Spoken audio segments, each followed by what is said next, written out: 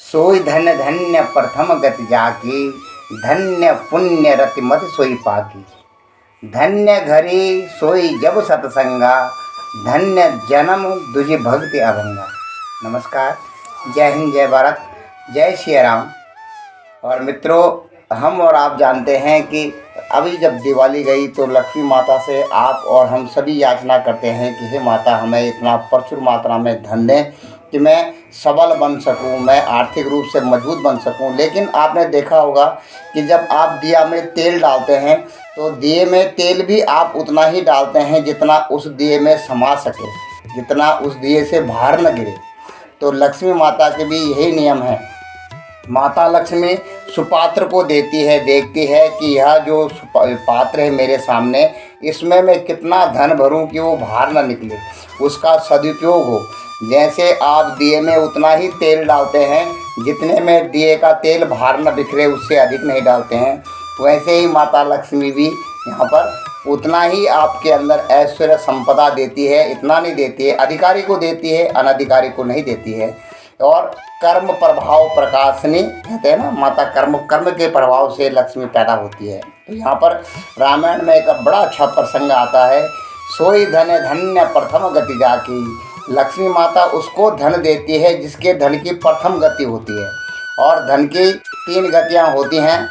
पहली गति होती है दान, बिगैर किसी आपकी प्रतिभावना रखे हुए किसी को आप अर्पण करते हैं अपनी लक्ष्मी, और उसको सुख पहुँचे, उसको सुख पहुँचाने के लिए। दूसरा होता है गति होती है उपयोग, और कई उसको भोग भी समझते हैं, लेकिन भोग भी आपका उपभोग होना चाहिए, अच्छा भोग होना चाहिए।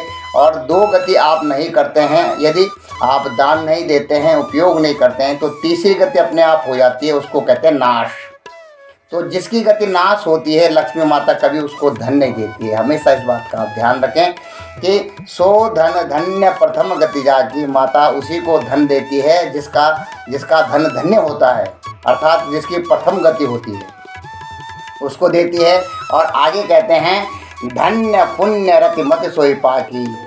धन्य पुण्य रति मति सो, और जो मति होती है, जो बुद्धि आप समझो, वह जो मति होती है वो कौन सी मति धन्य होती है?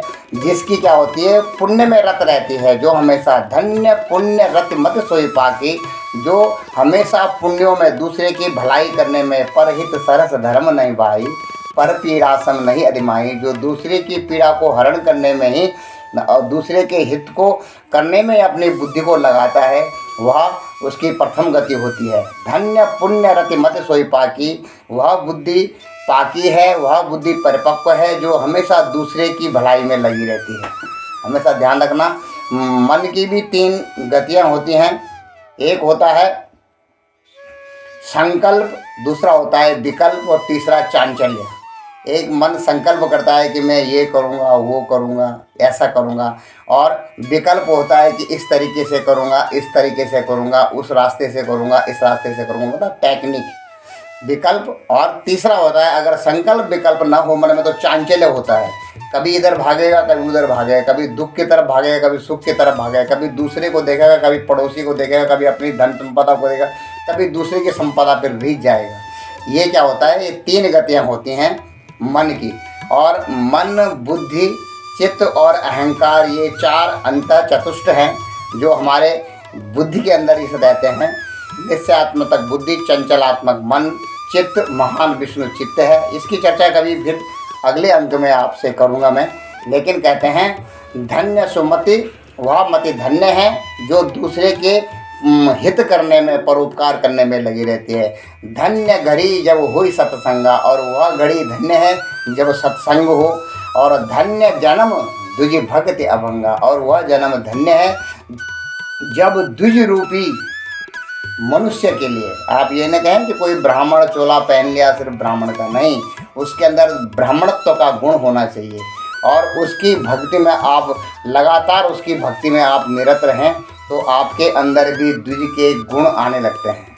इसलिए हमेशा ध्यान रखें कि लक्ष्मी माता उसी को हमेशा धन देती है जो उसकी प्रथम गति करता है। सदैव ध्यान रखें, क्योंकि हम दिए में उसी में तेल डालते हैं जिसका तेल बाहर न बिखरे। ऐसा नहीं होता कि तेल बाहर बिखरता रहे और आप दिवाली के दिए को में तेल डालते रहें। इसलिए हमेशा ध्यान रखना और अपने मन को संयमित होकर के माता लक्ष्मी में लगाना ही लगाना। साथ ही जो आपके आसपास ऐसे लोग हैं जिनको इसकी आवश्यकता है, जो किसी काम से लाचार हैं, उनकी जरूर मदद करना।